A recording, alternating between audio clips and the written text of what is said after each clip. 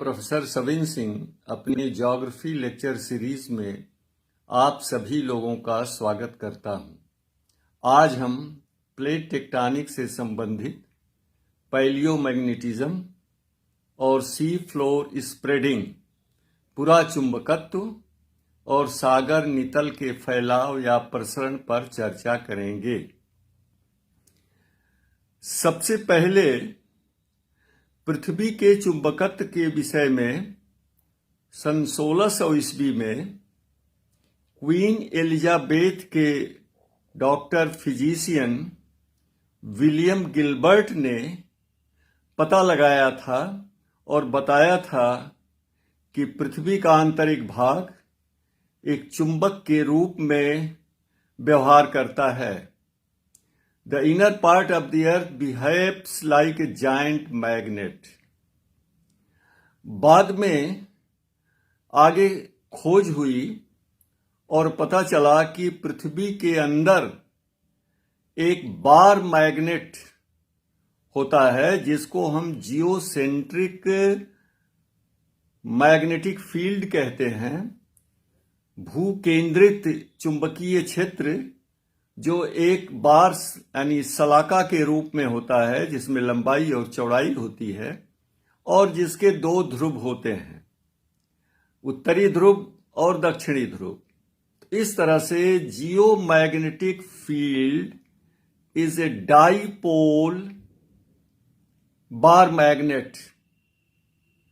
और ये जो भौगोलिक उत्तर और भौगोलिक दक्षिणी ध्रुव है वह मैग्नेटिक जियोसेंट्रिक मैग्नेटिक यानी पृथ्वी के भू चुंबकीय क्षेत्र के उत्तर और दक्षिण से पूर्णतया सामंजस्य नहीं रखता है। पहली तो एक बहुत आश्चर्यजनक बात है, वो ये समझ लें आप कि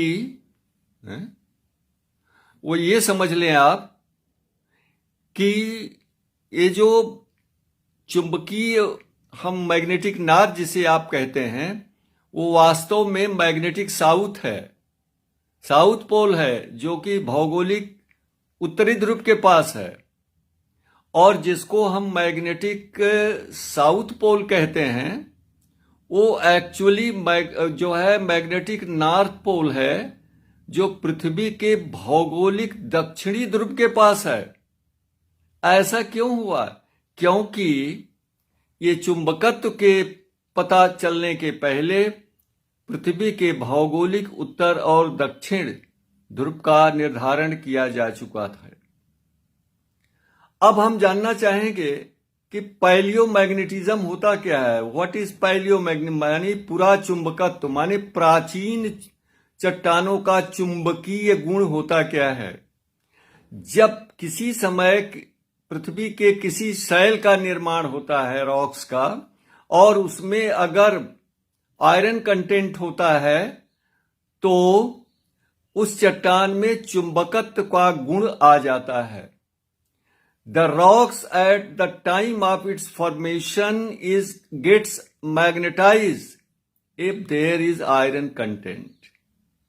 और उस समय चट्टान में जो चुंबक की प्रॉपर्टी गुण आया है उसकी दिशा वही होगी जो उस समय पृथ्वी के अंदर मैग्नेटिक फील्ड की दिशा होगी। मान लीजिए अमुक समय में उत्तर दक्षिण दिशा है बार मैग्नेट की, और उसी दिशा में ये चुंबक का गुण अगर पृथ्वी में आता है तो वो दिशा वही हो जाएगी। तो इस तरह से आप ये सवाल कर सकते हैं कि फिर दिशा क्या बदलती है क्या? यस, अब शोध के आधार पर पता चला है कि पृथ्वी के जियोमैग्नेटिक फील्ड में सेल्फ रिवर्सल होता है, स्वयं विपरीत स्थिति हो जाती है। यानी ये 4-5 हजार वर्षों बाद north south geomagnetic field south north geomagnetic field हो जाती है। इसलिए चट्टानों में अगर लोहे का तत्व है और तो उसमें चुंबक की प्रॉपर्टी आ जाती है और उस समय पृथ्वी के अंदर चुंबकीय क्षेत्र के दिशा में ही वो चुंबकत्व होता है और ये चट्टानों में सुरक्षित हो जाता है दस्तावेज के रूप में। इसे ही हम पैलियोमैग्नेटिज्म कहते हैं, इसे ही हम पुरा या प्राचीन चुंबकत्व कहते हैं।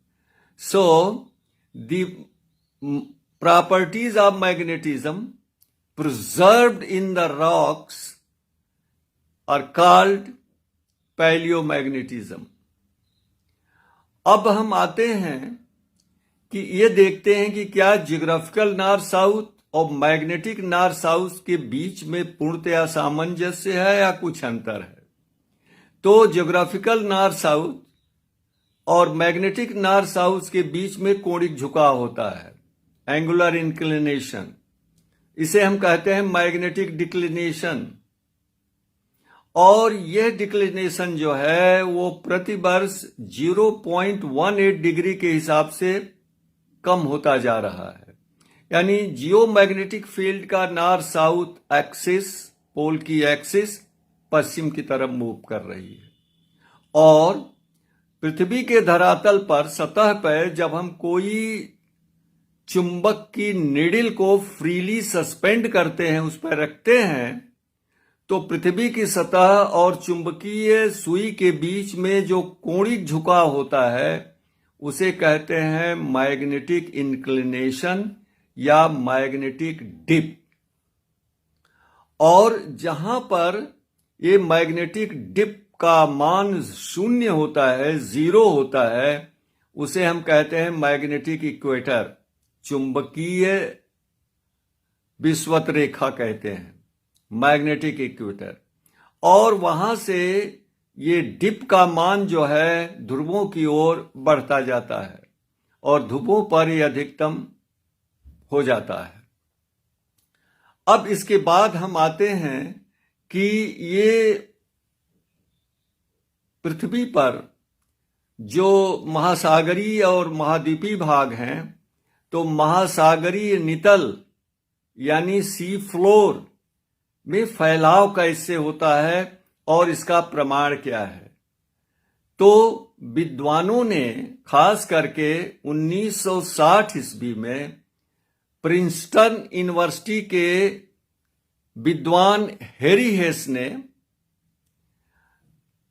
प्रशांत महासागर के पूर्वी कटक के पास दोनों तरफ चट्टानों में स्थित चुंबकीय गुणों का जब उन्होंने अध्ययन किया और उसका मानचित्रण किया, तब उनको पता चला कि ये जो मध्य महासागरीय कटक हैं, उनके दोनों तरफ चट्टानों में जो चुंबकीय गुण होता है उसमें धनात्मक और ऋणात्मक, पॉजिटिव एंड निगेटिव विसंगति होती है।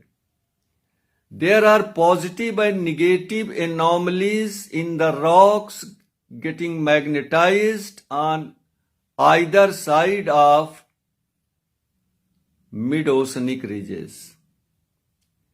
अब जब आंध्र महासागर यानी अटलांटिक महासागर के मध्य में जो कटक स्थित है, जिसे हम कहते हैं मिड ओशनिक रिज, उसके दोनों तरफ सागरीय नितल में कटक से लेकर के महाद्वीपीय किनारों तक जो चट्टानें हैं सागर की नितल में, उनके चुंबकीय गुणों का पता लगाया गया और उनको एक चार्ट पर प्लॉट किया गया।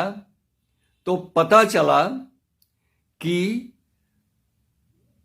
जो मिड ओशनिक कटक है, रिज है, उसके दोनों तरफ पॉजिटिव एनॉमली है मैग्नेटिक, यानी वहां चट्टानों में जो चुंबकत्व है वो पृथ्वी के geocentric magnetic north south pole के अनुसार है। यानी जिस दिशा में उस समय पृथ्वी के अंदर बार सलाका का नॉर्थ साउथ पोल था, उसी के अनुरूप इन चट्टानों में चुंबक की प्रॉपर्टी पाई जाती है, गुण पाया जाता है। उसके बाद दोनों तरफ निगेटिव एनॉमली पाई जाती है, यानी जो पहले वाली पट्टी थी उसमें नॉर्थ साउथ था, तो जो दूसरी वाली पट्टी है उसमें क्या हो जाएगा, साउथ नॉर्थ। तो कटक के एक तरफ नॉर्थ साउथ, दूसरी तरफ भी नॉर्थ साउथ, फिर उसके बाद साउथ नॉर्थ, साउथ नॉर्थ, फिर उसके बाद नॉर्थ साउथ, नॉर्थ साउथ, फिर उसके बाद साउथ नॉर्थ। इस तरह से मध्य महासागरीय कटक के दोनों ओर एकांतर रूप में, अल्टरनेट रूप में पॉजिटिव और निगेटिव मैग्नेटिक एनॉमलीज पाई गई, जिससे ये पता चला कि पृथ्वी पर ये जो महासागरीय नितल हैं वह स्थिर नहीं है, बल्कि उनमें फैलाव होता है। और मिड ओशनिक रिज के नीचे, यानी मिड ओशनिक रिज जो है, मैंटिल से उत्पन्न होने वाली थर्मल कन्वेक्शन करंट के ऊपर स्थित है। और ये मैं पहले आपको बता चुका हूं कि मिड ओशनिक रिजेस के सहारे ये जो थर्मल कन्वेक्शन करंट्स हैं वो विपरीत दिशाओं में अपसरित होती हैं। दे डाइवर्ज इन अपोजिट डायरेक्शन, जिस कारण उनके ऊपर स्थित सागरीय तली का भाग भी वह विपरीत दिशा में सरकता है। परिणाम स्वरूप नीचे ऊपर से ट्रांसफॉर्म भ्रंश का निर्माण होता है, दबाव कम हो जाता है, मेल्टिंग पॉइंट नीचा हो जाता है और मंटिल की चट्टानें पिघल के मैग्मा बन जाती हैं।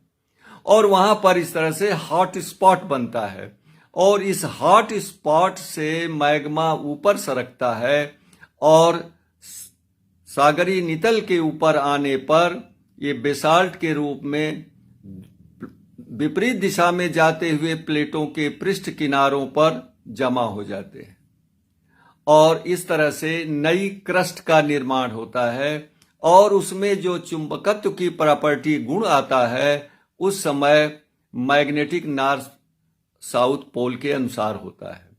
तो इस तरह से जब ये महासागरीय कटक से लेकर के महाद्वीपों के किनारे स्थित चट्टानों की पट्टियों की आयु का निर्धारण किया गया तो पता चला कि महासागरीय कटक के पास जो बेसाल्ट की पट्टी है वो नवीनतम है, नूतन है, न्यूली फॉर्म्ड है। और जैसे जैसे उससे हम दूर हटते जाते हैं उनकी आयु अधिक होती जाती है, यानी वो प्राचीन होती जाती हैं और सबसे सुदूर किनारे पर सबसे प्राचीन बेसाल्ट की परत पाई जाती है। तो ये इससे पूर्णतया प्रमाणित हो जाता है कि समुद्र की तली में निरंतर फैलाव होता है और ये प्लेट टेक्टोनिक्स की सबसे बड़ी उपलब्धि है कि सागर नितल स्थिर न होकर के गतिशील है, उसमें विस्तार होता जाता है और कहीं संकुचन होता है तो कहीं विस्तार होता है। इसी कारण से कभी महाद्वीपीय भाग एक में मिल जाते हैं तो सुपर कॉन्टिनेंट का निर्माण होता है, जिसे आप पैंजिया कहते हैं, कार्बोनिफरस पीरियड के आसपास था। और कभी फिर इसी प्लेट मूवमेंट के कारण ये महाद्वीप अलग हो जाते हैं और फिर दूसरा रूप बन जाता है। तो ये जो पैंजिया सुपर कॉन्टिनेंट है वो अकेला नहीं है कार्बोनिफरस का, इसके पहले भी कई बार महाद्वीपीय भाग आपस में मिले हैं, सुपर कॉन्टिनेंट बना है और कई बार ये बिखरे भी हैं। तो आज बस इतना ही। नमस्कार।